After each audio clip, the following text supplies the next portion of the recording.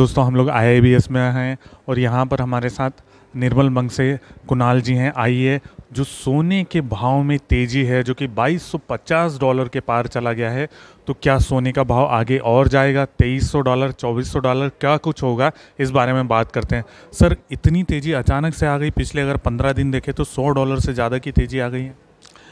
जी हाँ, दो चीज़ के कारण तेज़ी आई है। एक तो रेट कट होने वाले हैं, सभी डेवलप सेंट्रल बैंक में, स्विट्ज़रलैंड से स्टार्ट हुआ है रेट कट होना। बट रेट कट को छोड़ के जो बड़ा रीज़न है वो है जियोपॉलिटिकल। कल रात को हमने देखा है कि इज़राइल ने सीरिया पे अटैक किया है। सो अगर आप देखेंगे फिर से रशिया ने यूक्रेन पे अटैक किया after the terrorist attack in Russia. So पूरा जो वर्ल्ड का जो जियोपॉलिटिकल इक्वेशन है वो बहुत ही ख़राब हो गया है। और अगर जियोपॉलिटिकल इक्वेशन ख़राब है तो ऐसे में कोई भी सेंट्रल बैंक है वो क्या करेगी, वो where they will put their money. So मेरी राय में there is a strong central bank buying going on. Geopolitical tension heighten level पे है, आगे क्या होगा किसी को मालूम नहीं है, बहुत अनसर्टनिटी है जियोपॉलिटिकल फ्रंट पे। सो गोल्ड फर्स्ट टारगेट $2300 कल सवेरे खुलना चाहिए मेरे हिसाब से। 2310 का ओपनिंग हम देखेंगे। और इंडिया में $50 मतलब रफली कल गोल्ड ₹1000 ऊपर ओपन होना चाहिए हमारी राय में। सो आपका जो सबका क्वेश्चन है कि अभी आगे क्या, so it's really uncharted territory. मतलब कोई भी प्राइस लेवल बताना is not the right thing. मैं कुछ भी बोल दूंगा कि मुझे $2500 लग रहा है या $2600, doesn't make sense. The trend is तेजी, और नया नया एग्रेसिव बाई करना कि नहीं, वो depending upon your risk appetite. Already 60,000 वाला गोल्ड कल मॉर्निंग को अराउंड 69,200 ओपन होना चाहिए, मतलब मंडे को। सो अनटिल कुछ वर्ल्ड में फिर जियोपॉलिटिकल कूल होता है तो अलग चीज़ है। But I think till then you have to take it on week to week 15 days basis. But overall trend तेजी का ही लग रहा है। So 69,000-70,000 is very likely. बात करें लंबे समय की, तो लंबे समय में क्या कुछ हो सकता है? मतलब अगर हम 2024 एंड तक की बात करें तो वहाँ तक कैसे देख रहे हैं आप? I think 2024 gold is conservatively heading towards 2600, 2700। ये सब कंजर्वेटिव टारगेट है, मैं $3000 नहीं कह रहा हूँ। सो ये सब रियलिस्टिकली अचीवेबल टारगेट्स है कंसीडरिंग जो वर्ल्ड के हालात है। आज आप समझिए जियोपॉलिटिकल को छोड़ के इंटरेस्ट रेट कट हो रहे हैं, तो उसके बाद क्या होगा आगे जाके मालूम नहीं है। सब सेंट्रल बैंक फिर से लिक्विडिटी डाल रहे हैं। सो आपकी करेंसी की जो वैल्यू है वो कम हो रही है। डी डॉलराइजेशन प्रोसेस चालू है वर्ल्ड में, और जियोपॉलिटिकल इवेंट हाइटन लेवल पे है। सो ऐसे माहौल में गोल्ड में कोई मंदी बंदी है ही नहीं। छोटे मोटे करेक्शन आते रहेंगे बीच में। Stay invested. जो इंडियंस ऑल 140 करोड़ लोग हमारे गोल्ड लेके बैठे हैं। So all housewife, all the Indian womens have done the great job, और ये गेन्स को कैपिटलाइज करना चाहिए। Stay invested.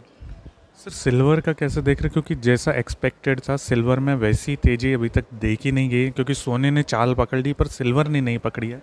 सिल्वर का जो मेजर डिमांड ड्राइवर है वो है सोलार पैनल। सोलार से जो डिमांड आती है फोटोवोल्टाइक की, और चाइना में बहुत सारी सोलार मैन्युफैक्चरिंग कंपनीज अपना ऑपरेशन बंद किए है।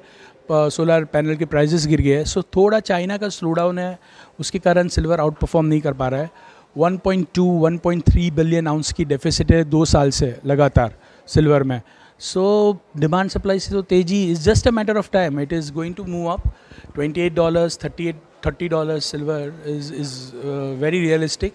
और as far as Indian rupees concern 80,000, 82,000 conservatively, 84-5,000 slightly aggressively is very very very real target. So दोनों कमोडिटी में इन्वेस्टेड रही है। सिल्वर थोड़ा लेट चलेगा बट ध्यान तेजी का ही है। सर, हम पिछले 1 साल से आपसे बात कर रहे हैं, आप जो है गोल्ड पर बहुत ज़्यादा बुलिश हैं। इसके पीछे कारण थोड़ा सा मुझे बताइए। इट इज़ एक्चुअली कल पिछले साल अगर देखिए, मैं इनफैक्ट 2020-21 से गोल्ड पे बुलिश ही हूँ। और अगर आप रीजंस देखेंगे सो फंडामेंटली बहुत सारे रीज़न हैं, और उसमें से 3-4 reason main central bank buying. So पिछले 10 साल में सेंट्रल बैंक तकरीबन 300-350 ton per month gold by करते थे। पिछले 2 साल से 1000 टन गोल्ड बाई कर रहे हैं। सो 700 टन गोल्ड 2 साल से सेंट्रल बैंक और बाई कर रहे हैं at a higher levels.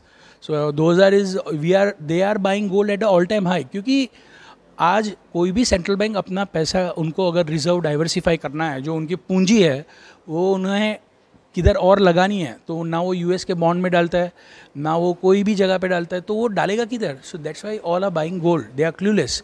Second thing, जो प्रॉब्लम वेस्टर्न सेंट्रल बैंक के साथ है, उन्होंने कोविड के बाद 5-8 ट्रिलियन डॉलर, अमेरिका ने 5 ट्रिलियन डॉलर, यूरोप ने 3-3.5 ट्रिलियन डॉलर, तो ऐसे 8 ट्रिलियन डॉलर छाप के आप सिस्टम में डाल दोगे तो पैसे की वैल्यू किधर रहने वाली है? So gold is store of value. Gold में अगर जब करेंसी, आप 100 साल के अगर इतिहास देखते हैं 1920 से लेके अभी तक 2020-2024 तक देखेंगे, 104-5 साल का इतिहास, जब करेंसी प्रिंटिंग हुआ है, जब नोटें छपी है, तब तक हमेशा गोल्ड के प्राइजेस ऊपर गए हैं। जब वर्ल्ड में कोई भी क्राइसिस आई है, हमेशा गोल्ड ने रिस्पॉन्ड किया है। सो स्टोर ऑफ वैल्यू है गोल्ड। सो ऐसे टाइम में जहाँ पे जियोपॉलिटिकली हम लोग ऑलरेडी कोल्ड वॉर में हैं, सो अगर रशिया यूरोप का आप देखेंगे, सो ये नेटो कंट्रीज़ एक दूसरे पे अटैक नहीं, नेटो और रशिया अटैक दोनों न्यूक्लियर आर्म्ड है, तो कोल्ड वॉर तो चालू ही है और वो बढ़ती जा रही है।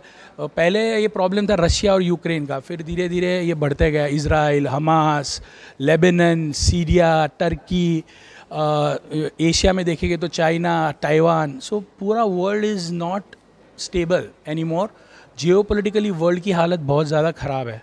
सो ऐसे हाल में गोल्ड में मंदी होगी कैसे? दैट्स द रीज़न हम ये व्यू को मेंटेन कर रहे हैं। ऑलरेडी आज $2300 पे आ गए हम, रफली 2250 तक तो आ ही गए। सो ये जो तेज़ी है वो बरकरार रहेगी। कोई अगर कहता है कि मुझे ये गोल्ड का प्राइस इतना लग रहा है, 2800 लग रहा है, तो ऐसा कोई मैथ्स नहीं है, बट इतना समझ में आ रहा है कि कुछ हो ना हो 10-12% रिटर्न तो आपको गोल्ड कंजर्वेटिवली देने ही वाला है। सो कोई भी डिप विप आती है, करेक्शन आता है, गोल्ड आपके पोर्टफोलियो में रखिए। आने वाले सालों तक कोई बड़ी मंदी का गुंजाइश नज़र नहीं आ रही है। सर, ये IIBS की बात करें तो ऐसा प्लेटफॉर्म क्यों ज़रूरी है इंडस्ट्री के लिए, इसके बारे में क्या व्यू है आपका? So Indian Boolean jeweller association IBJA के साथ हम पिछले 4 साल से जुड़े हुए हैं। हम हमारा रिसर्च, हमारे reports, we are the research partners for IBJA। बहुत नेक इंटेंशन से ये बॉडी काम कर रही है इंडियन गोल्ड मार्केट के लिए। पॉलिसी मेकिंग में गवर्नमेंट को असिस्ट करती है, डोमेस्टिक ज्वेलर्स के वेलफेयर के लिए काम करती है, वेरियस प्रोग्राम्स करती है जहाँ पे इंफॉर्मेशन और नॉलेज शेयर करती है। जैसे ये इवेंट है जहाँ पे गोल्ड की पॉलिसीज से लेके गोल्ड के प्राइस आउटलुक तक सब डिस्कस होता है। So they are doing great job, और साथ में आप भी ये सब कवर कर रहे हो। So they all are doing great job, और we are very esteem that we are a part of IBJA family, and that is our honour. Thank you sir, thank you so much.